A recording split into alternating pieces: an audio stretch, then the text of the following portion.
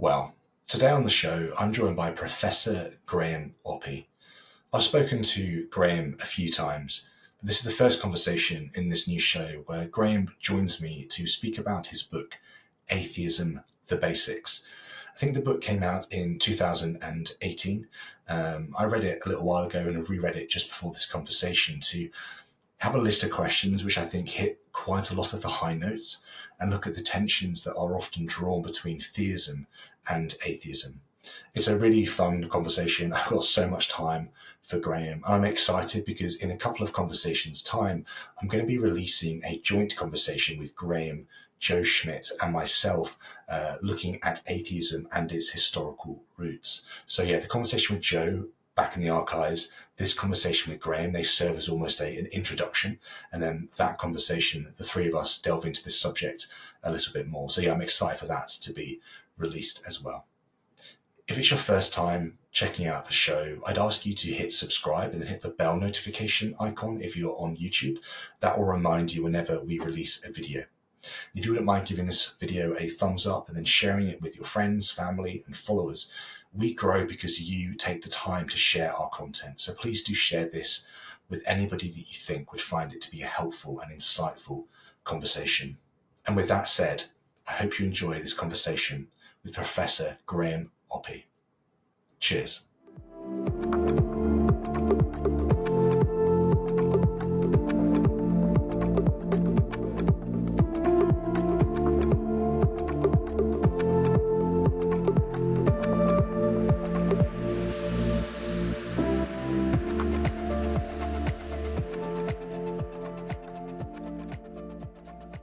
Hello and welcome to the show. My name's Samuel. Today I'm joined by Professor Graham Oppy. Graham, it's great to have you on the show. Yeah, thanks for inviting me back. Well, I guess it's a new show, so thanks for inviting me, but there was a previous show and that was fun. There was, yeah. No, it's great to be speaking with you again. I'm aware because it's a new show, there might be some people who potentially don't know who you are. So would you mind giving me and my audience a bit of a background to your work and kind of what you do in the philosophy space? Okay, so I'm a philosopher at Monash University in Melbourne, Australia. I've been at Monash, I think we were talking about this earlier today with somebody, about 28 years. I've been a philosopher at Monash, and in all that time, I've been working in philosophy of religion and teaching classes in philosophy of religion. My main specialisation for a long time was arguments about the existence of God, and I published a bunch of books and articles on that topic. And then I started getting interested in sort of more foundational questions about belief and arguing and reasoning and things like that. And so I've been thinking about things like that and writing books about that more recently. Amazing. Yeah, we were discussing just before how you're kind of looking at argumentation at the moment, which is quite exciting. So maybe in the future, we'll have to have you back on to look at that because it's such a fascinating subject. Okay, so we're going to be diving into your book, Atheism, The Basics, today, in the hope to kind of give the listener, the viewer, a bit of an overview to the sort of philosophical view of atheism or how it's kind of viewed maybe within the broader societal lens as well. Before we kind of dive into some of the kind of, I guess I'd call it the good stuff, it'd be good to kind of hit some of the high notes, I guess. Okay, so you speak in the book about religion providing existential solace. It's able to help people deal with death anxiety, for instance, and other sort of lingering concerns that they might have.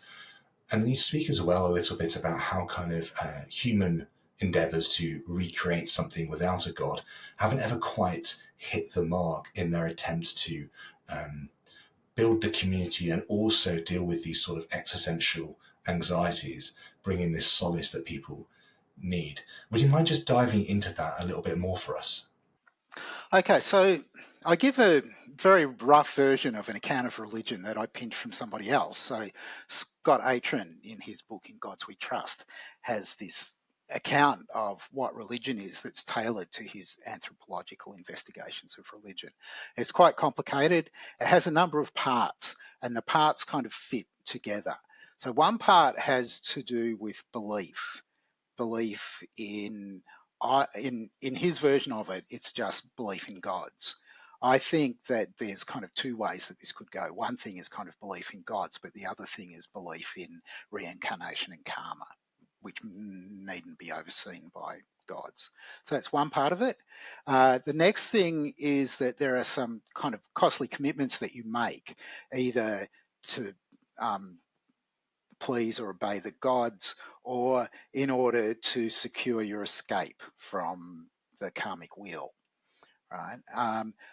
The third bit is that doing just that much, right? So making the commitments and having the beliefs has a role to play in managing certain very particular deep-seated anxieties that people have. So you mentioned one before, anxieties around death, which take different shape in different cultures, right? So in the West, it's the fear of annihilation, but in the East, it's a fear of being reincarnated as a cockroach. I mean, I'm exaggerating slightly, but you get the idea. But there are other things like managing our reactions to injustice, right? Life's not fair, but there'll be redress, sort of in the long run, one way or the other. And you're making the commitments and having the beliefs helps you to end up sort of on the positive side of all of that redressing when it comes. And then the last thing is that there's this communion and fellowship, meeting together, singing, praying, all that kind of stuff, which also has a role in reinforcing the beliefs and the commitments and, the resolve to make the commitments and so on. And so also has a role in managing those deep-seated anxieties. Now, I should add one further thing here. It's not that the religions the religions may bring anxieties of their own. If you believe in heaven and hell, then there's this anxiety that you might end up going to hell. But that doesn't mean that those other deep anxieties aren't being managed by the religion. It's right. And so as a story about what religions are, why they've survived and so on, this story doesn't require you to make implausible assumptions about the nature of religion. Okay, so that's the story about religion. Now, there have been various people over the last couple of centuries who've thought, don't like religion, but we could have a secular substitute for it. We could kind of maybe in the most recent version, the kind of Sunday meetings thing, we could get together and sing some songs and just be kind of nice to one another for a couple of hours. But there's various reasons why that's not going to manage, if you've got them, the kind of deep-seated fears about annihilation and the injustice in this world.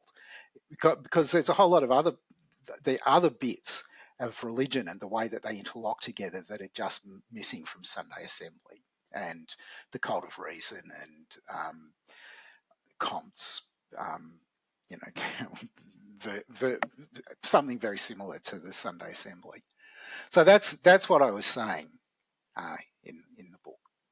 Yeah, no, I found it really interesting. I was chatting to a friend just before I read the book, and they were speaking about how the fact that they've left a religion and they're now left with these sort of existential worries about things like annihilation, kind of the thought of just one day not existing kind of fills them with fear, which was never something they experienced when they were raised and brought up within a Catholic tradition.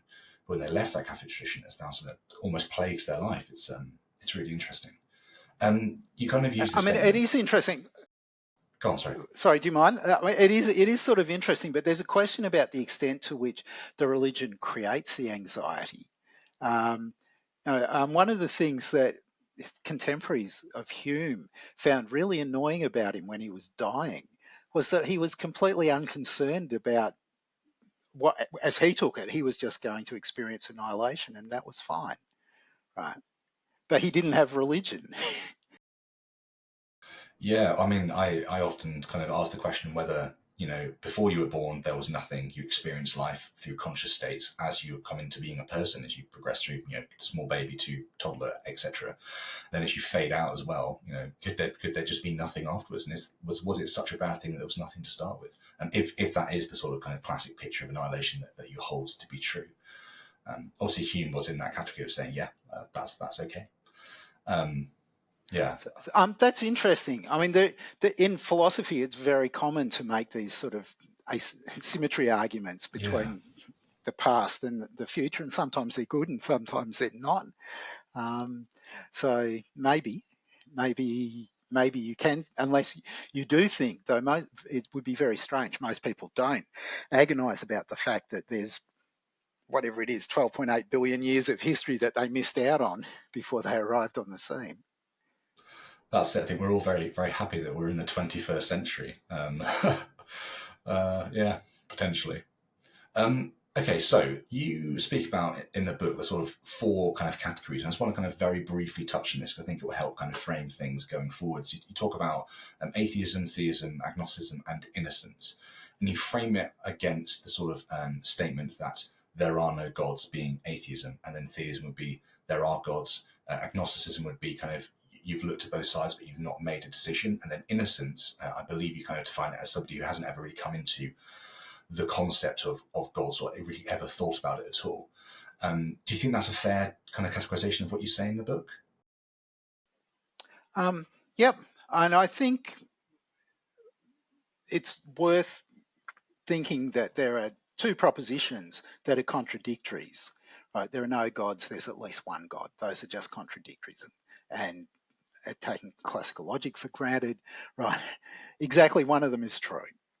And then we can think about classifying positions that people might take by thinking about their attitude to the pair of the propositions. And you need to think about what their attitude is towards both of them, right? But I just took it for granted that that if I just talked about your attitude towards there are no gods, you would be also thinking about your attitude to the claim that there's at least one God as well. And so that, I mean, it's much more standard for people to start by talking about the claim that there's at least one God, or there's exactly one God, or there's God with a capital G, and define theism that way, rather than starting from atheism. But I thought it doesn't matter where you start, right? Because really there's a pair of propositions and you're taking account of both of them. And I guess the kind of follow-up question then would be kind of if that's the case, then obviously belief is kind of potentially all or nothing within that space. So it'd be good to kind of discuss the different levels of conviction within belief and our control over what we, I guess, can or can't believe. Yeah, I might have a follow-up question to that, but kind of just start with what are the sort of, I guess, levels of conviction that belief can be kind of adhered with? Okay, so it's kind of standard for, or at least it was, for philosophers to say, well, look, there's two different ways of thinking about attitudes like belief. One is the all or nothing thing that I've given the characterization of. But the other thing is the idea that we have credences. So there are we attach probabilities to propositions. And so what you have is a degree of belief, which can be anywhere between 0 and 1. So if you're absolutely certain of something, your credence is 1. If you're absolutely certain it's not the case, your credence is 0. If you're exactly in the middle, so that you're a kind of perfect agnostic about it, then your credence is 0.5, and so on. Now, then there are these arguments about whether we're just talking about different things when we're talking about the all or nothing beliefs and the credences, or whether we're talking about there's just one thing that we're talking about in two different ways. And then there are these other questions which you mentioned about if we want to talk about strength of belief, whether credences are measures of strength of belief or robustness of belief. So, I mean, just to distinguish between those, you might think of the robustness of a belief as how much it would take to make you move somewhere else, how much to change your level of how easy to change your level of conviction. So I might be 0.5, but absolutely resolutely 0.5, so you just can't budge me from it. I might be 1, but rather easily shifted, right? And then there's this other idea that the credence, if you're certain, you've got a very strong belief. If you're at sort of 0.75, you've got a kind of middling belief. If you're just above 0.5, you've got a very weak belief. And whether that terminology of weak and strong is a good one when we're talking about credences, people argue about that.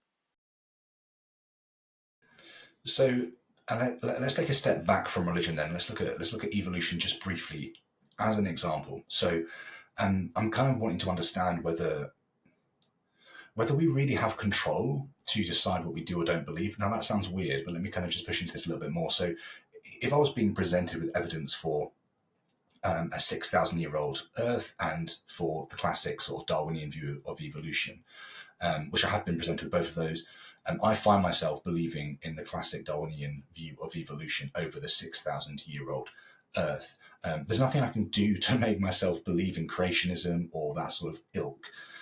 Do you think that we really have control to kind of pick what we do and don't believe, or is it just that we look at the evidence, we do internal reasoning, and we come to a conclusion? So maybe it's not quite either of those things. And I think you can do these experiments, try to believe something at will where you definitely don't believe it already. So my favorite example, believe there's a tiger in the room, right? Now, you just can't do it, right? Because if you thought there was a tiger in the room, you wouldn't be just standing there calmly, right? So for a whole range of propositions, it just seems wrong to think that they're directly subject to the will. On the other hand, you can choose what you pay attention to. So if you want to have lots of beliefs about quantum mechanics, one thing you can do is study it. And you don't acquire the beliefs at will, but you end up with a whole lot of beliefs that you wouldn't have ended up with unless you made that decision. So that's a kind of straightforward way in which there is a kind of interaction between the spectrum of your believing and certain choices that you made. And when it comes to things like your example, which is an interesting one, the sort of creationism versus Darwinian theory,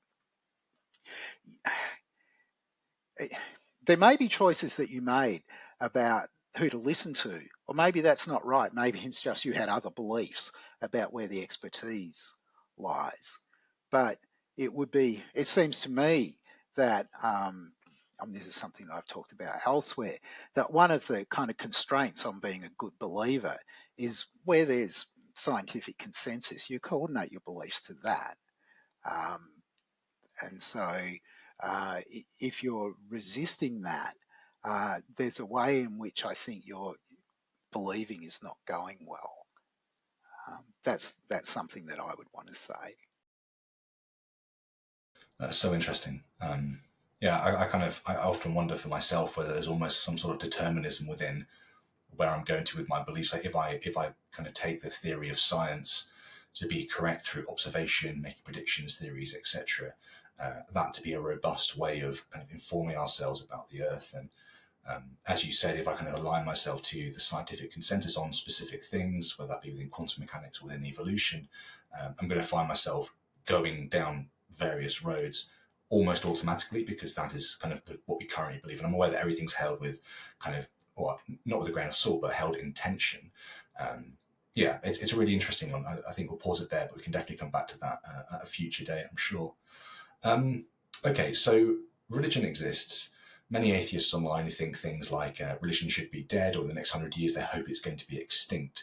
But historically, there have been atheists such as Eric Blair, better known as George Orwell, who have been very comfortable with the idea of religion progressing onwards. I guess it'd be interesting to kind of hear from you, Graham, kind of why you think that's the case, or what certain factors lead to various atheists throughout history actually turning around and saying it's okay that religion persists and will persist, and not kind of this classic sort of online atheism where we think religion should be stamped out because it is dumb or stupid. So maybe this is kind of just a historical residue of a certain kind, but Hume and George Eliot, two Marian Evans, two people that I've thought about their religious views quite a bit. And in various respects, their thinking was quite radical. But they both thought that religion played an important role in maintaining the social order, in particular in keeping the lower classes in their place. And so they were very reluctant to think that religion should be done away with, because they thought that it had a kind of important political function. I'm not so sure that Orwell thought that. I mean, Orwell's strange in another way, because he was from a very young age, he was an avowed atheist, but he kept going to church his entire life. And he couldn't explain, even to his closest friends, why he was doing it. Right? But I'm not sure. I mean, it depends on stuff I don't know, because I don't know that, really don't know the kinds of ins and outs of his politics. Right? But if you're a Marxist of a certain kind, you're definitely going to think that in the long run, religion should disappear, right? Because it's a kind of it's the opiate of the masses. But if the masses are happy on independent grounds, they won't need religion anymore. And Orwell was not a Marxist, but I've just got no idea what he actually thought about a kind of ideal future, whether religion would be in it or not. But that's I mean, and I'll say one last thing. So we're talking about historical stuff that I don't know a huge amount about. Lennon and his cronies initially thought that the churches would support the revolution, that they would come in on the side of the poor. And so Lennon's view, expressed in many writings and expressed by lots of other of his people as well, was that there would be a peaceful accord between the Bolsheviks and the churches, so long as the churches didn't start to interfere politically, which of course they did. And so then the churches became enemies of the revolution. Right. So, I mean, thinking about religion and its standing, if we lived in a better world than the one that we actually live in, goes all over the place, I think. Yeah, no, quite easily.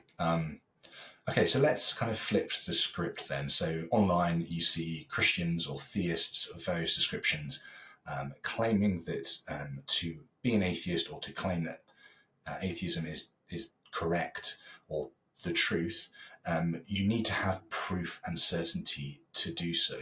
You talk about this kind of quite beautifully in your book, but I just kind of would love to get your thoughts on the idea that, and we're going to dive into kind of atheism obviously more thoroughly in due course, so this is just really for the high notes, but kind of, is there any requirement for proof and certainty that the theist would be right in expecting or demanding of an atheist? So if there were a requirement, it'd be symmetrical. So the the atheist would have to demand proof and certainty from theists, and there'll be many theists who will be very reluctant to claim that they've got either.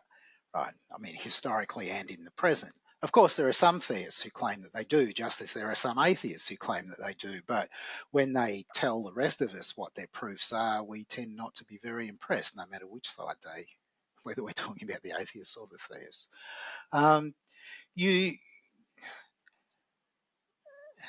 Certainty isn't a requirement of belief. I mean, this is maybe slightly less clear if you go with the all or nothing notion, though that all or nothing notion should be supported by some notion of kind of degrees of strength of believing. But it's obvious with the credences that you don't need to have a credence of 1 or 0.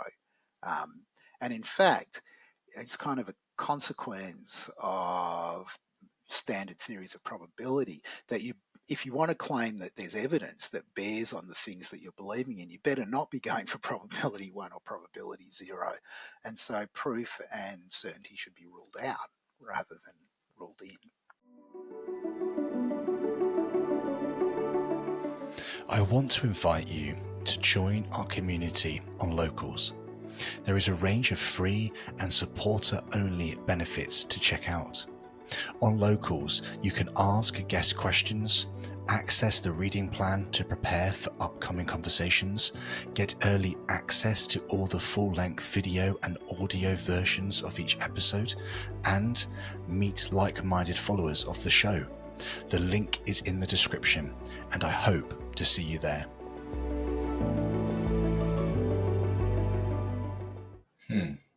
It's also kind of sometimes claimed by theists that atheism is a religion, or at least the sort of kind of new atheism movement can be kind of construed as a religion at times. You have a great quote, which I'm just going to read here, which is, "The grain of truth in this claim," and the claim is atheism is a religion, "is that adoption of a comprehensive worldview is clearly a matter of judgment." And I thought that was quite an important quote. So I wonder, could you just expound on that a little bit for the audience, Graham? Okay, so and given what we just said about proof and certainty and sort of throwing them away, it's only a kind of small further step to think, well, I think it's a small further step to think that there's a range of rational opinion that you can have about these matters. So when it comes to the claim about whether there are gods or not, the distribution of rational opinion will go pretty close to zero and pretty close to one and everywhere in between. But if that's right, and if there's no prospect of us anytime soon converging on a particular point, then it seems pretty clear that what's going on here is that people are making judgments, and those judgments can be reasonable and yet take you to very different places. Right, so that's in very broad terms. Now, there's a dispute. I mean, there are always disputes in philosophy. So there's disputes. Some people think that there's only ever one. If you've got some set of evidence, there's only one possible rational response to it. Right? Whereas other people think, no, that's not right. There's a whole range of rational responses that you could have to the evidence. And so I'm siding with the latter group against the former. And maybe to complicate things even more, there are some people who talk about rationality in a very externalist way. So if you end up believing falsehoods, you're not believing rationally. Whereas I think there's all kinds of ways in which you can end up, through no rational fault of your own, in believing falsehoods because, for example, you had misleading evidence. People that you trusted told you stuff and you believed it on their say-so, but it turns out they were wrong and that's not your fault. It was reasonable for you to trust them, but you ended up with false beliefs nonetheless. Okay, and I kind of want to, I guess, then push into the other sort of kind of, I guess, well-known phenomenon that happens both in writing and online, which is kind of atheism being conflated with other things. So it could be materialism, naturalism, physicalism, skepticism, or humanism, kind of classic sort of five. People often claim that kind of atheism means that you are a materialist, it means that you are a physicalist, it means that you are these things. And that is just a pure conflation, but I don't think I can put that into words that are good enough, Graham. So kind of why do people conflate these two things, and why isn't atheism any of these things? So one of the things that's interesting, that it's controversial, but there are philosophers who accept that materialism and physicalism and naturalism entail atheism. Right. So I'm one of the people who thinks that if you're a naturalist, then it just kind of follows that you're an atheist. But people are working in the other direction, right? If they think that in order to be an atheist, you must be one of those things. And that's clearly not true. My kind of go-to example is people who practice Buddhism, who believe in the karmic wheel and enlightenment and so on, but just don't think that there are any gods, right? So those people are atheists, but religious practitioners, and they're not materialists or naturalists or physicalists, right? But there could be, I mean, you can come up with lots of other examples, right? Because what materialism and naturalism and physicalism would plausibly rule out is things like disembodied minds. But you could believe in ghosts, for example, without believing in gods. And then you would not be any of those things. But if you believe in ghosts but not gods, you're not a theist either. Right? So those three, there's a connection. It's just that people are making a mistake about the direction of the connection. Skepticism is less clear. Because it's less clear what people mean by that. Certainly, if you're an atheist, you're going to be skeptical about the gods, right? But being an atheist doesn't require you to be skeptical about the external world or whether there are other minds or a whole range of other things, sort of philosophical skepticisms, whether there are moral truths even, right? None of that's required by atheism. So what could be going on there is that there's a kind of slide in the use of the word skeptic. So because certainly atheists are skeptical about the gods. In fact, they're not just skeptical, they're positively disbelievers, right? The last one, humanism, I think is tricky again. There's a kind of historical association there. Lots of people who were atheists were also humanists through the kind of golden age of free thought from, through the 19th century and into the middle of the 20th century. But if we take humanism on its face value, then it gives the kind of primacy of value to humans that some of us at least are coming to worry about, that maybe the scope of our concern should be wider. We should be concerned also about animals, perhaps about living things generally, and maybe humanism isn't quite the right picture. So that's what I want to say about that one. Yeah, no, it's really helpful. And I kind of find it interesting that I'm seeing more and more kind of Christian or theist humanists online. Like humanism seems to be the sort of current trend that people want to kind of adhere that I am a humanist in whatever capacity, whether that be atheist or theist or whatever, because it seems to be the current ilk of kind of, I don't know, you have to have credence to this thing to some degree and you need to kind of put it into your bio and X, Y, Z. And it's just interesting, kind of humanism seems to be a classic thing, which now I really feel could be attributed to anything. It doesn't matter kind of what position you're starting with. It's very possible to be a Christian humanist. People claim that all the time. And as you said, it does raise a lot of questions around whether that is actually even the right thing to be trying to maximize. Humanity's done a lot of bad or negative kind of things to the planet and to other species, and kind of is it right to mean humanism is this thing which is putting us before everything else, or actually should we be trying to be almost servants to the planet? And now that we have this rational ability to understand sort of climate change, etc. Anyway, again, we could probably have an entire show on that. Go on, Greg. Yeah.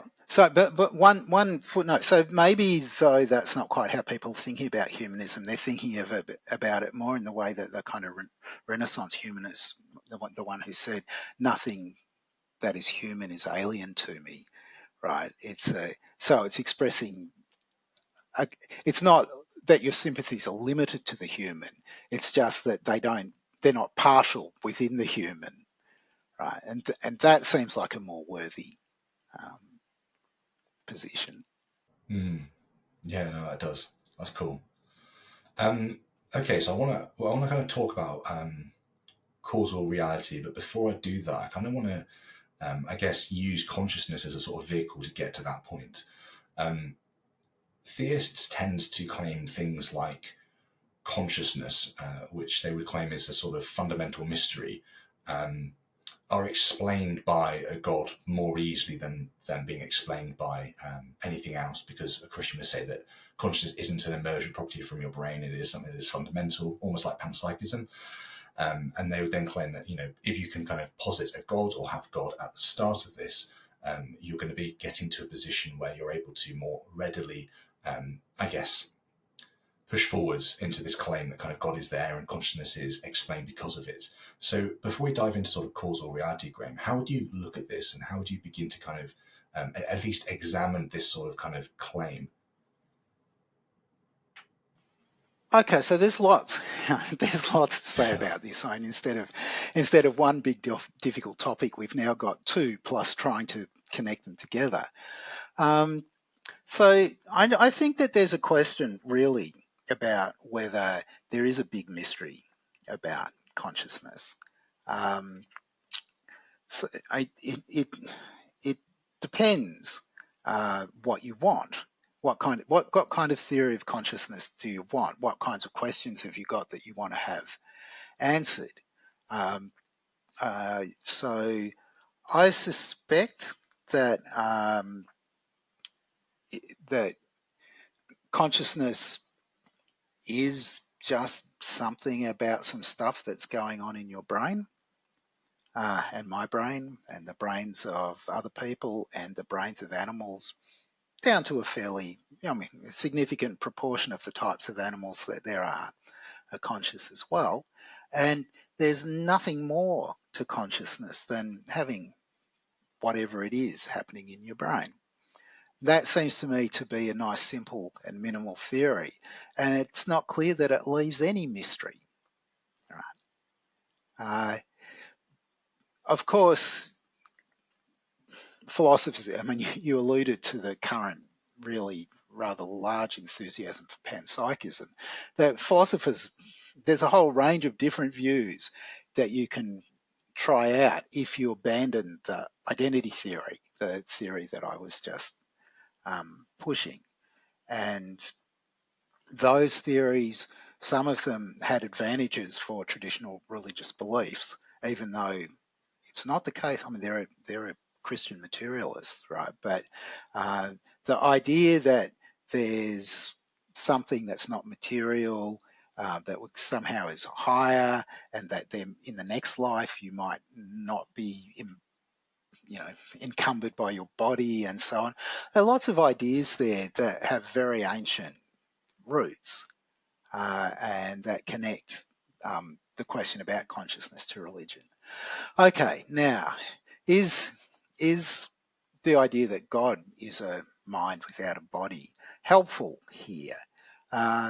Well, maybe if there's one, then there can be many, but it doesn't really help us to understand the connection between our brains and our minds if you think that those are separate things, to suppose that there's a God.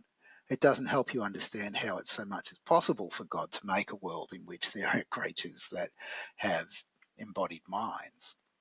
So it's not clear that it's particularly useful. Okay, let's shift gear then to something else that might be more helpful. I guess we can get lost in the weeds of the semantics if we want to, but let's look at something like the value then. So often people kind of claim that value is it's either subjective, it's fundamental, or it's potentially kind of nihilistic. It's not a thing. We just kind of think it is. Obviously, Christians and kind of others as well claim that value is fundamental, and the way that kind of Christians then kind of use God to explain this sort of fundamental property that value has is that it needs to kind of be something needs to sit at the bedrock for value to then have this foundational meaning that we can then draw upon within our own lives. Now, Graham, you might turn around and say value is actually kind of, it's not non-existent, so you're a value nihilist, or it's subjective or whatever. But so, it'd be interesting to kind of hear your view on kind of where you think value sits, but also, do you think it's possible to say that something is sort of fundamental, almost in like a Platonic sense, that it's an abstract thing that we will begin to be able to go away and begin to work out theories on, without positing a God? Or do you think there needs to be some sort of, not that you would think there needs to be a God, but if somebody claimed value fundamentalism, do you think that it makes sense then to then kind of sew in this concept of a God in the substrate to give it that sort of root for it to then grow from? Right. So there are kind of two different questions here. One is whether whether you could kind of found the values in God, so that God would be more fundamental than the values, and then there's this other question about whether there's some other way to have values and still think of them in a realistic way, I'll say. So I guess what I think, I want to talk about value statements, I think. So I think that there are just true claims that involve value expressions.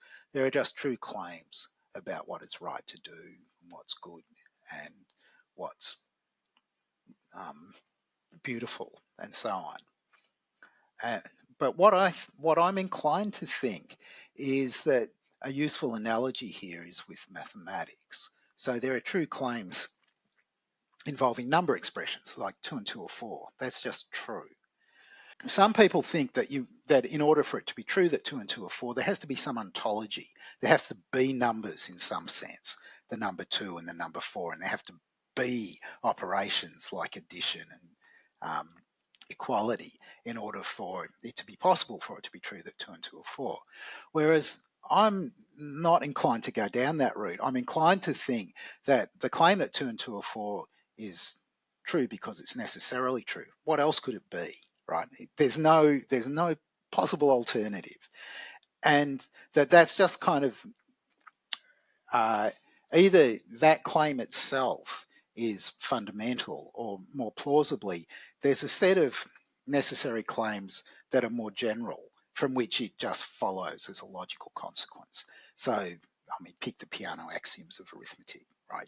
From them you can derive that 2 and 2 are 4, and then the kind of plausible claim is that the piano axioms necessary truths, and they're fundamental necessary truths. There's nothing more fundamental from which you can get them as logical consequence. So that's kind of bedrock, right? But you don't need any ontology for it. Now, the controversial thing is to say values are like that, right? So there are claims about what's good and right and beautiful and so on, but there's no ontology. They're just necessary truths. And again, same move. Lots of the claims that you make won't be fundamental claims, but at least in principle, there's a bunch of fundamental claims from which those ones follow as logical consequences, and those necessary truths are just bedrock. Right? So that's the kind of position that I like. Add in one last thing: if things are necessary, nothing can make them so. Right? That just doesn't make sense. Things that are necessary, the primitive necessities, are just true, no matter what. Right? And since they're true no matter what, there's nothing that makes them so. Now, there are lots of theists who deny that last move, but it seems to me that it's kind of theoretically virtuous to make that move. And so what I want to say is that value and the associated stuff to do with obligations and what's good and so on is not particularly problematic for anyone, right? So long as you have the right view about the status of those claims. That's really interesting. It kind of fits quite nicely into this sort of concept that, I don't know, say that I'm witnessing some sort of event, and I think kind of X about it and somebody else thinks Y about it. They're very similar maybe in how we're kind of viewing this event through our sort of value judgments, but they're different due to our upbringing, our personalities, the circumstance we're seeing the event through, what just happened 5 minutes before, etc. But those things can be linked back to something that is, like a necessary kind of value system or value structure that is just there. So would you kind of say then that? So kind of, this is going to be potentially quite a dumb question, so apologies, but kind of, where do you think that place is? Like, it's kind of like mathematics, right? Kind of people just say it is in the Platonic realm. It is something that we can't get there. It's just true that 2 and 2 equal 4. Like where do you think? Because a theist would turn around and say this has to sit somewhere, and this sits with God. Kind of, how would you kind of, I don't know, kind of look at that and kind of abstract it out so that you don't need a God? Like where does that kind of fit, Graham? So at some point in your theorizing, there are going to be these foundational claims that you can't give any explanation for. Like if you think about having a theory and then you axiomatize it, from the standpoint of the theory, the axioms are now primitives, and it will be some axioms are going to be contingencies, but some axioms will be necessities, and those things will have no explanation within your theory. Right, the things that are logical consequence you get for free, and there'll be explanatory relations between some of your axioms and others, perhaps not logical relations, but explanatory ones. But there'll be some things that just have to be rock bottom, and there's this argument that theists might try to make that their theory is going to be simpler. It's going to have a simpler axiomatization than, say, a naturalist theory. And we can talk about this later. That just seems kind of clearly wrong to me. It will turn out that if you kind of take the totality of science and naturalize it, and now you add God to the picture and all your axioms about God, you don't get to compress the axiomatization of the natural world at all by doing that. So your theory just is more complicated. That's kind of the picture. It's fascinating. Okay, so I could think of a theist. Let's use Bishop Robert Barron. He's a well-known sort of Catholic bishop who does lots of kind of things online, social media, etc. He very commonly says things like, it's almost as if a kind of atheist, and this is really the sort of new atheist, Graham, just to make that really clear, are looking for God like they're looking for Bigfoot, they're looking for a Yeti. They're trying to use proofs, etc., to kind of go out and try and find this thing in the world. They don't see it's there, therefore atheism is true.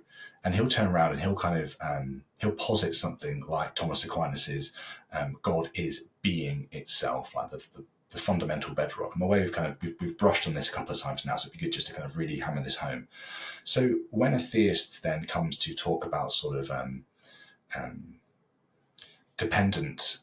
independent reality, kind of something that is sort of necessary, that isn't kind of moved. They use terms like the sort of unmoved mover, or a necessary independent foundation, claiming that that is God, and it's from that point that everything begins to build. So what is your perspective on this? Do you think that often atheists are looking for Bigfoot, they're looking for this Yeti, and actually they aren't answering the deeper question that sort of maybe more Catholicism or other theistic perspectives give, like God is being itself? So this is really complicated because there are very different Christian theologies, and some of the theologies looking for God is a bit more like looking for Bigfoot than it is in others, right? And you're quite right that the kind of within Catholicism, the Thomistic perspective is one on which the kind of Yeti analogy is not very good, because on the Thomistic perspective, it turns out, for example, that God isn't a person, not literally, right? I mean, maybe you can, in some analogical sense, you can say that God's a person, but it's not, strictly speaking, true. In fact, what God turns out to be on the traditional Thomistic view is quite hard to put into words. I mean, the claim is that it's being itself, or it's pure act, or it's something in which there's no unification of essence and existence, or it's something that's absolutely simple, and so on. There's a whole bunch of different formulas, and there's a whole kind of very involved, abstruse metaphysical theory that comes largely from Aristotle that sits behind that kind of talk.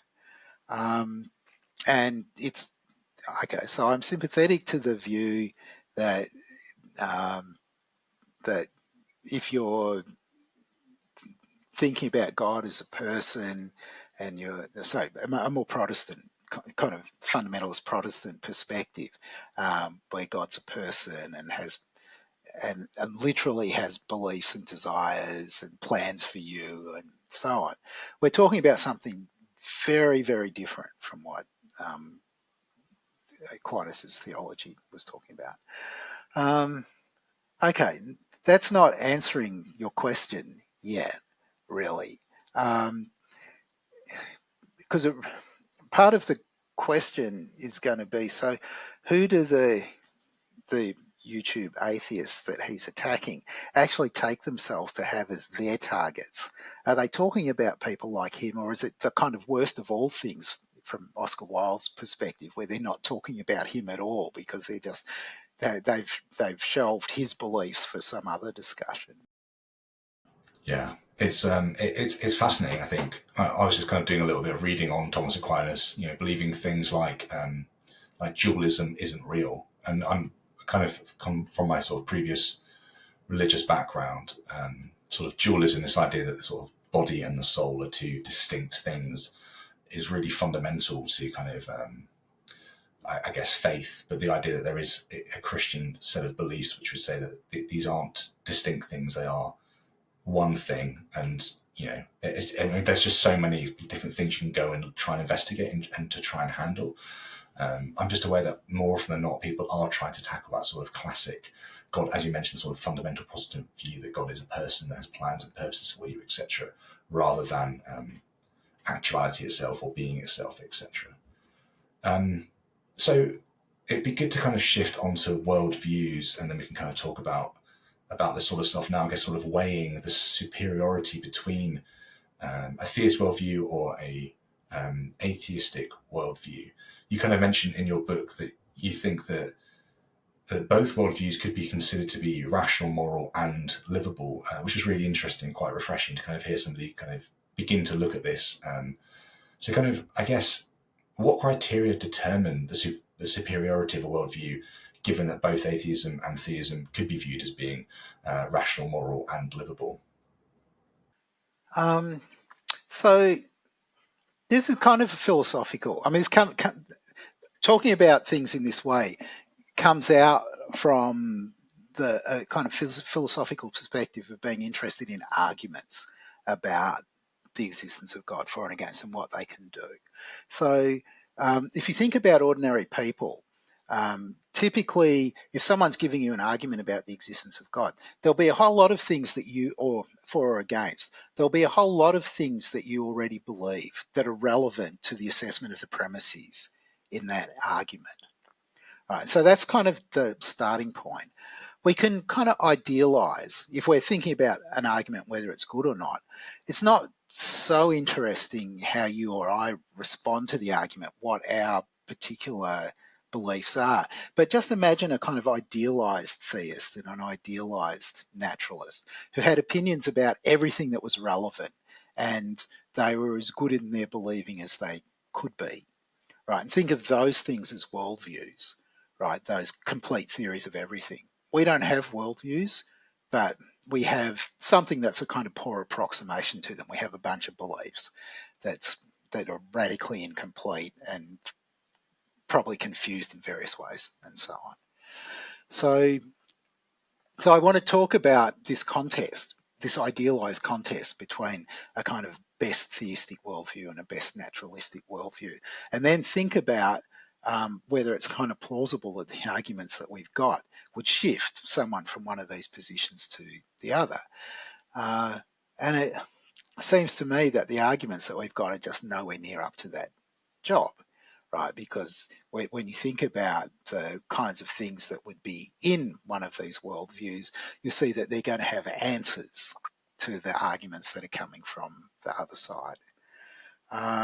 Does that is that enough about the about worldviews? I guess now there's this question. Okay, so when we come back now to ordinary people who don't have worldviews, they just have systems of belief. We've got no reason for kind of dismissing the systems of belief and the practices and the lives that go along with it for people who've been thoughtful, seriously looking at the evidence, reading what a whole range of people say and so on, and then making judgments about that for themselves. It's very plausible that, to me anyway, that when we look at a range of people, we should say there's lots of ways that people handle this that count as getting by, doing reasonably well, rationally, morally, and so on. I was watching I don't think it was a debate, it was more of a conversation between you and Richard Swinburne, which was really interesting because you were both kind of diving into this sort of idea that there is a thing that begins everything off, and that is, and obviously Richard was kind of arguing for that being God, and you were kind of using Mackie and other examples of atheistic arguments to kind of suggest that it's just more complicated to do that. So I guess you kind of mentioned argumentation a little bit as well, and it would be good to talk about sort of an sort of approach that somebody might take to support the superiority of atheistic over theistic worldviews or groups of beliefs. Given that you already mentioned that kind of both the rational, moral, and livable, what would it look like to begin to put forward an argument for an atheistic worldview or belief system over a theistic belief system? So, what I think is that theists and atheists are going to give more or less the same answer to this question. So, you mentioned Richard Swinburne. the way that he argues for the superiority of theism over atheism, although he doesn't exactly do this, but this is what he should have been doing, is saying, look, when we compare theism and atheism, our prior probability for theism is a little higher because theism's simpler, and he has a story to tell about that. And then when we've got all the relevant evidence, and we kind of partition it in an appropriate way, and we consider each of the kind of bits of evidence that we've got. And I mean, there are different ways he can do this, but one way will be to say, when you have what's the word? Sorry, I forgot. In Bayesian terms, what I'm thinking about is the probability of the evidence on the hypothesis. Likelihoods, yeah, that's the word. Likelihoods. You've got likelihoods, and when you kind of grind through the Bayesian machinery, the way that you evaluate the likelihoods for the evidence given theism and given naturalism, and your prior probabilities combine according to Bayes' formula to tell you that theism's a bit more likely on the evidence, or maybe a lot more likely on the evidence than naturalism. And that's basically his position. And if I cast my views in a Bayesian framework, my argument will look exactly the same as his, except that I think that naturalism is simpler, and I actually think that there's something slightly stronger that's the case, that there's no evidence that gets more likelihood on theism than it does on atheism, which isn't required for his view, though he would probably take the mirror image of that if pushed. It's just that he hasn't done that in the past. He's quite happy to allow that it could be that, for example, when you consider the distribution of goods and evils in the world, that's slightly more likely on naturalism than it is on theism, but overall still theism, because of considerations about consciousness and fine-tuning and the origins of the universe and so on, theism comes out more likely. Whereas in other books of mine, I've argued for the reasonableness of judging that it goes the other way, right? I don't claim that either of these arguments, Swinburne or mine, is a proof or a decisive argument. What they reflect is a whole lot of judgments about the evidence that make it the case that you end up judging that of the available arguments, this one is the better one. So in my view, I think the best argument about God that there is one that says that naturalism is preferable to theism. But I don't expect that should secure agreement, because there's so many judgments you have to make about likelihoods and prior probabilities that are all controversial that go into it. But I don't think that there's any other argument that's better, because other arguments are either deductive arguments, which essentially are saying there's an inconsistency in the best naturalistic worldview or the best theistic worldview, and when you look at the arguments that allegedly establish these inconsistencies, they all don't do what they advertised as doing, according to me. Or you're just looking at a part of the evidence. But if you're only looking at a part of the evidence, there's no way that you can draw an all things considered conclusion, right? And it's not very interesting what things look like on a part of the evidence. The only kind of interesting question is, survey all of the evidence now, which is the better position, right? Because otherwise we can just cherry pick, right? If all we look at is the evils in the world and we ignore the goods, naturalism is going to be starting to look rather more plausible than most versions of theism, I think. If you're watching this, then I just wanted to let you know that you can access the same content in audio-only form by subscribing via Apple Podcasts, Spotify, and Audible. In fact, you can search for the Socratic Sessions in your favourite podcast app, and whilst you're there, please leave a 5-star review. It helps others to discover these conversations. All links are in the description, and thank you. It's so interesting you kind of speak about this sort of cherry picking or only surveying specific evidences, and and using those and kind of actually sort of a more Bayesian, looking at all the evidence and kind of weighing that as a totality makes more sense, because you do see time and time again theists or atheists pointing to specific things and using that as the foundation to their reason why they've gone down a certain road. Now, I kind of get that to a certain degree. Maybe they've experienced evil or negativity in a very specific way, and that has made them think there literally cannot be a God because of this thing that I've experienced. So I get that life does that. But in regards to an actual sort of philosophical argumentative framework, I do think it's interesting that is the best approach to kind of take everything as a totality and push it forwards. Is there anything else you wanted to kind of touch on that? I want to kind of dive into sort of human capacities, atheism, theism, as well as sort of weighing worldviews a bit more. But any sort of final words on that sort of space, Graham? It's a big topic. So Yeah. I'll just advertise my book, right? The best argument against God. Because what I just said, I'm already starting to get a bit tired, and that mightn't have been super clear. But I think the perspective is set out very clearly in that book. But it's important that the very last part of the book says this is not a proof. This is the best argument that there is, but it's not a successful argument. Right? There are no successful arguments in this space. Yeah, which is humble and I think good. I think people crave certainty, and they're always looking for that knockdown argument which proves their position rather than being open to their position changing based on the evidence. So I think it's a healthy thing. So this question might be a pursuit that isn't worthwhile, but I thought it'd be interesting to ask, because I think if theists are watching, it'd be quite an interesting one, that they probably do pit these two things again. So the question is, can existential solace, which is the sort of initial question that we looked at, in theistic beliefs be pitted against atheism's explanatory breadth and depth?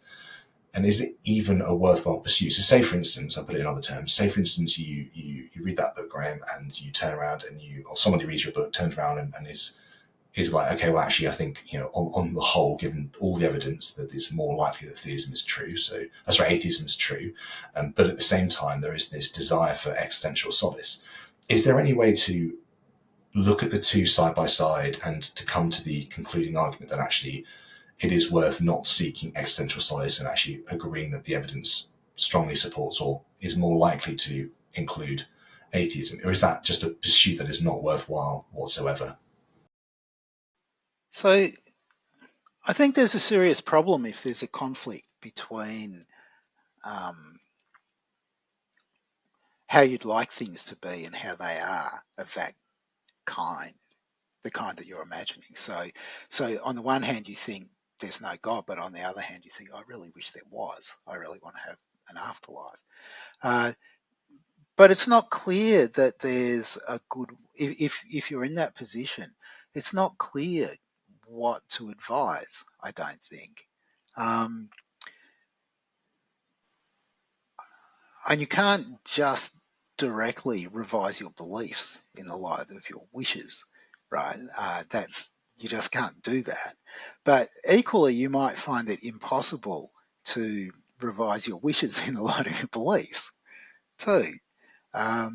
You might. So I'm. So I think that's if you're in that position, you have a dilemma, and it's not clear that there's really good advice to give you about how to deal with it. And there are certainly historical models of people. So I mentioned Hume before, and I often come back to this, and it's he people like Johnson, his contemporaries, found him totally surprising because they were all sure that if you were an atheist, when it came time to die, you would repent. You would start right, and Hume was just positively cheerful and not. And they were all around. They knew that this was the case, and it shocked them deeply. You can end up with not wanting to live forever. You can be quite happy with the idea that you get, 70 maybe a bit more, maybe a bit less, unless you're really unlucky these days. And not think that that's disappointing. right? But I don't think there's a recipe for, you know, acquiring the kind of Hume-like dispositions, right? So, I mean, I guess that's a very kind of unsatisfactory response, right, to your question. I don't think that there's an easy solution if there's a mismatch Yeah, I mean, between your beliefs, between how you think they are and how you think you want them to be, when you've got no control over making it things how you want them to be. yeah, I think this is a space actually that a lot of people find themselves in. It's interesting, especially my old show. This was the space that we kind of investigated tons, and people found quite, I don't know, destroying really, kind of almost, to their sort of kind of peace of mind. So yeah, I think this is it's a space that's well worth exploring in due course myself further for sure. Um, the next two questions are really, again, trying to understand or use classic theistic things that they would say, you know, theism entails this, but also there's obviously an atheistic view of these things as well. So the first one is sort of human capacities and limitations. So how do atheistic and theistic perspectives diverge regarding human ability, worth, and restrictions? Okay, so um, it could be that it depends on the variety of theism and so on. So I'm just going to talk about an example. So some people think that human reason some theists think that human reason is this amazing thing that could only be a gift from God. You know, that we having things like logic and the ability to reason must be divine gifts. Now, there's one of the problems with that view is that it's not clear that we're particularly good at reasoning, right, empirically. So psychologists in the last 40 years, there was a period where the psychologists were just piling up all these instances of ways in which we were terrible at doing statistical reasoning, probabilistic reasoning, causal reasoning, a whole lot of things. And that looks problematic if your starting point was we need God because we have this kind of perfected capacity, reason that we can only get from the divine, particularly because these people also had a kind of evolutionary story to tell. Maybe it's a just so story, but it's an evolutionary story about why it's kind of advantageous for us to be fairly quick and dirty at reasoning, that rather than perfectly good at it. Now, there is a later debate about whether we should think of this really as irrationality, right? Maybe kind of the way that we should think about rationality is the kind of rational capacities for us to end up with are these kind of quick and dirty things that get you to the truth quickly a lot of the time, but lead you to bizarrely wrong things sometimes, right? But even if you take that view, it's a bit hard to square it with the, God wanted us to be reasoners. Why didn't he make us better at it? Right? Why did he make it that our minds really look like this set of kind of quick and dirty contraptions bundled together, right? Which is easy to explain on an evolutionary story. So I guess that's the sort of thing that you're thinking about, perhaps. Yeah, it's I think very often theists will say that our abilities, our cognitive and physical abilities, and our worth are tied up to a god, and they'll also say that the restrictions need to be based on that which that we are kind of God's very good being, and therefore we must have the right levels of restrictions that allow us to flourish, but also don't allow us to do too much. And then they might turn around and say, obviously they'll cast everything in a glass half empty. When they look at an atheistic view, they might turn around and say things like, there is no way that you'd be able to say that humans have worth, or that they, or where their restrictions or abilities should Yeah. be. I'm not saying to dive into that, but it's interesting. There's always a So sort of we can glass dive half into full, that glass half empty a little bit. view. And one of the things that we've done over time is Sure. build institutions that have greatly improved our ability to get at the truth by working collectively, but not individually, right? Whereas a kind of picture of us in the image of God isn't quite right. Something that's closer to the image of God is scientific institutions, but that doesn't really work for most theists, right? Interesting. Very interesting. Okay, I'm going to push on because I've got so many, well, not so many more questions. I've got another couple of questions that I think it'd be really good to get into. I look at somebody like John Lennox, and he will point to something like the Soviet movement in Russia, I think from the 20s until the late 80s. And he will kind of point to that and say, that is an atheistic movement, and atheism always entails this destruction, etc., etc., etc. And you've got a really interesting little space in your book where you talk about kind of atheism, or the lack of a god being at the central forefront of a society or group's movements, and how this doesn't always entail violence and chaos, but that rather this is a misconception. And it'd be really helpful just to dive into that, because it's a narrative that we do hear quite a lot online. Right. So it's still true that we don't have many examples of societies where the leadership was avowedly atheistic.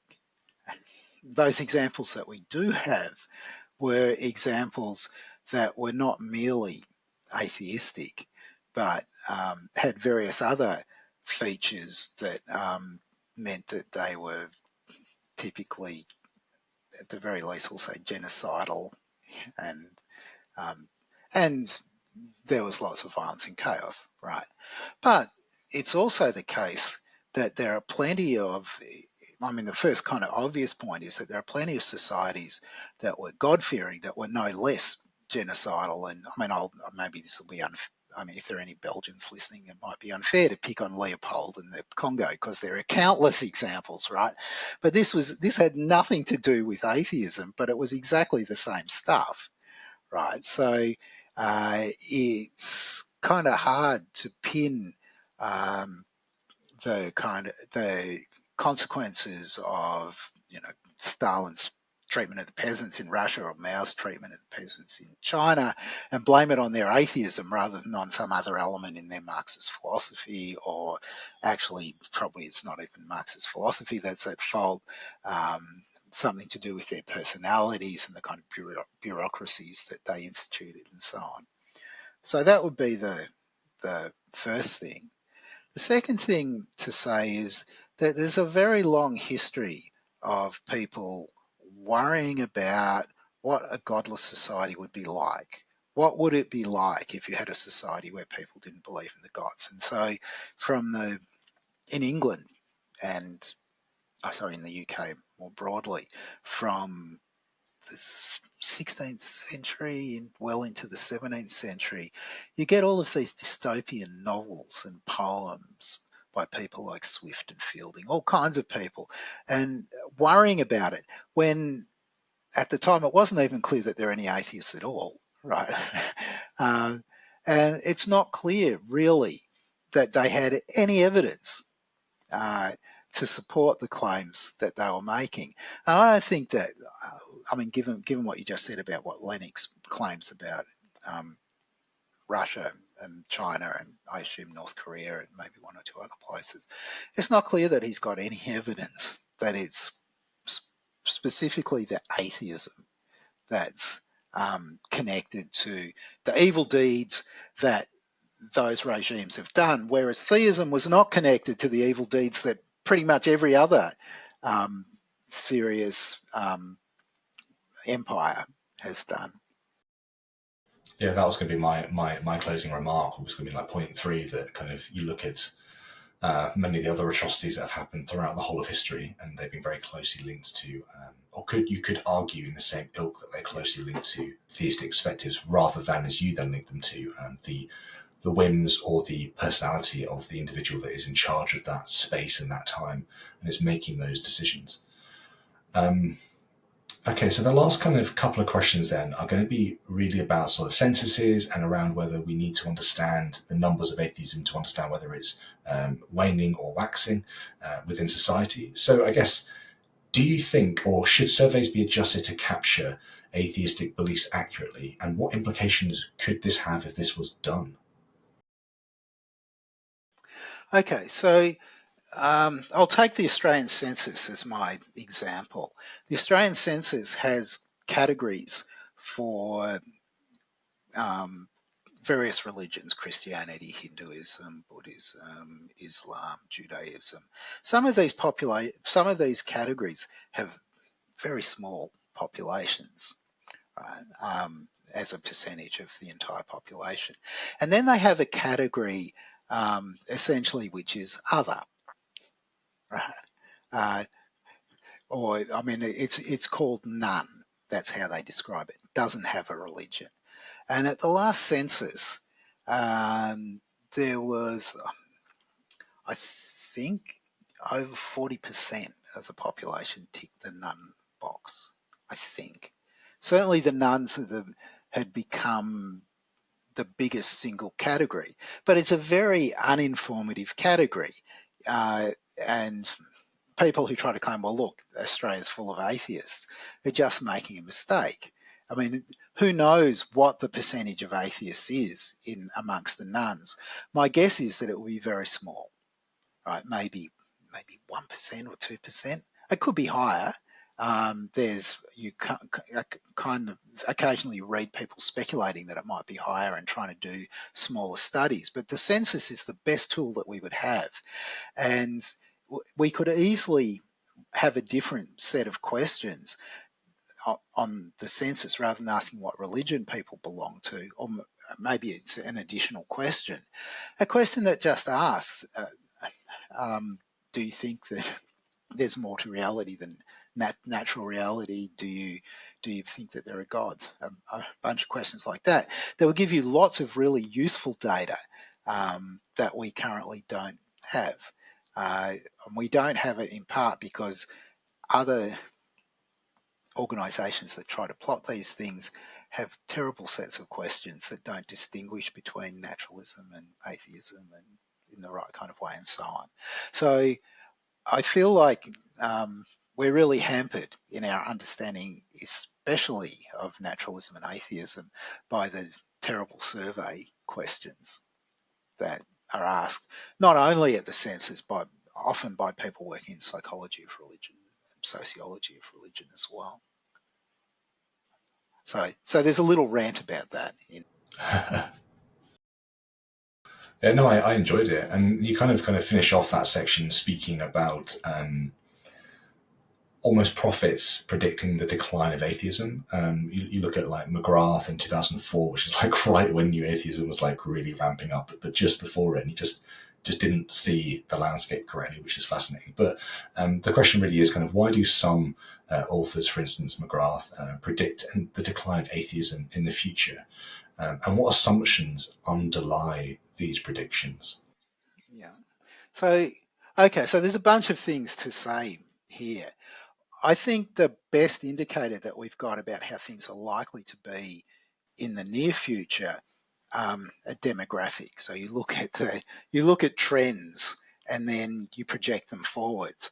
And so we'll take Australia again because I know a lot about the census data. I looked into it quite a bit before I wrote the book.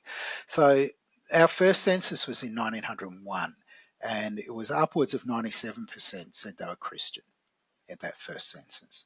And at every subsequent census, the percentage of people saying that they're a Christian has declined, so that at the last census, it fell below 50%, significantly below 50%. It was like 42% or something, I think, for the first time. And if you plot it, it's almost like a straight line decline. It's not quite because there was a point in the 60s where they changed the questions, and because of the way that they changed the questions, you got a little bump upwards. That was just a kind of statistical anomaly because of the change in the questions, but then it kept going down in a steady way. So what's the prediction about what the next census is going to show? Well, if you're McGrath, I guess you say, look, it's going to bounce back up to 80% Christian, right? But that would be, in the face of the data, that's just not what's going to happen, right? If you want to predict longer term, good luck, right? And I'm just going to point to things like the global financial crisis and the COVID epidemic and so on. People didn't predict these things. Who knows what the distribution of religion will look like in 50 years' time? I mean, it's very hard to imagine what the world's going to be like in 50 years' time, let alone answer a specific question like that. So I'm not interested in making a prediction there. I'm guessing, so to close off maybe this part of the discussion, that McGrath is kind of an optimist. He thinks the world will get better, and he thinks that if the world was better, everyone would be a Christian. So he's kind of committed, more or less on a priori grounds, to the percentage of people who are Christians is going to grow and grow and grow. But that's not particularly empirically informed, I don't think. Even if it turns out ultimately that he's right. So you're obviously an atheist, Graham, and you think that both theism and atheism are moral, rational, and livable. Why does it appear that so many theists think that atheism is immoral, unlivable, and irrational? Like, why can't theists also think that atheism is moral, rational, and livable? So some do these days. Partly maybe it's history. So there was a time when being an apostate, pretty much everyone agreed you should be put to death. You can find Thomas saying this very clearly in the Summa. And there were heretics the same. And atheism initially, when it came into the English language, was borrowed from the French. It was a term for people who were not orthodox. That's what it meant. And it was a term of abuse. I mean, interestingly, the word theism didn't come into the language until about 100 years later. Atheism is the older term. And that was what it meant. The way that what we associate with atheism has changed over time. But people, I mentioned before Swift and Fielding. There was this anxiety about atheism after they had the word atheism, long before there was a single educated person who declared in print that they were an atheist. Right? That didn't happen until 1770. Right? It's very late in the history, and it's another over 100 years after that before Bradlaugh was allowed to take his seat in the Commons without swearing on the Bible.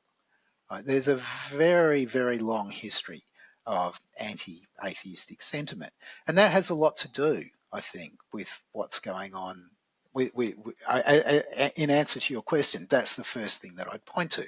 It's just a reflex for lots of people. Atheists are bad people, full stop. Backed up by 1,000 years or 2,000 years of saying so. Yeah, and sadly, we're still seeing the same thing today in other countries. Somebody doesn't agree with the religion and they get killed. It's still going on today. 21st century. That's true. Yeah. Professor Oppy. Sorry. Go on. I was just going to say it's been great to talk to you, but if there is anything else you want to mention before we close, please feel free. No, thanks for asking me on and for having a long list of questions that made me think a bit about the book. So the book's been around for a while now. I forget which year it came out, but it's been 6 or 7 years. And it's kind of interesting to go back and look at it too, as I said before the show, because you don't often do that. You write the book and you put it on the shelf and you get on with writing the next one. Yeah, it's been fantastic. Yeah, it's always a joy to speak with you. I'm aware that I always pull you back to these sort of subjects, but I'll probably do the same in the future as well. So kind of sorry, kind of not. Anyway, thank you so much for coming on today. That's okay. Yeah. Cheers.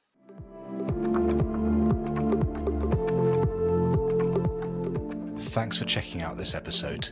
Please like, subscribe, and hit the notification bell. And make sure you check us out over on Locals. Cheers.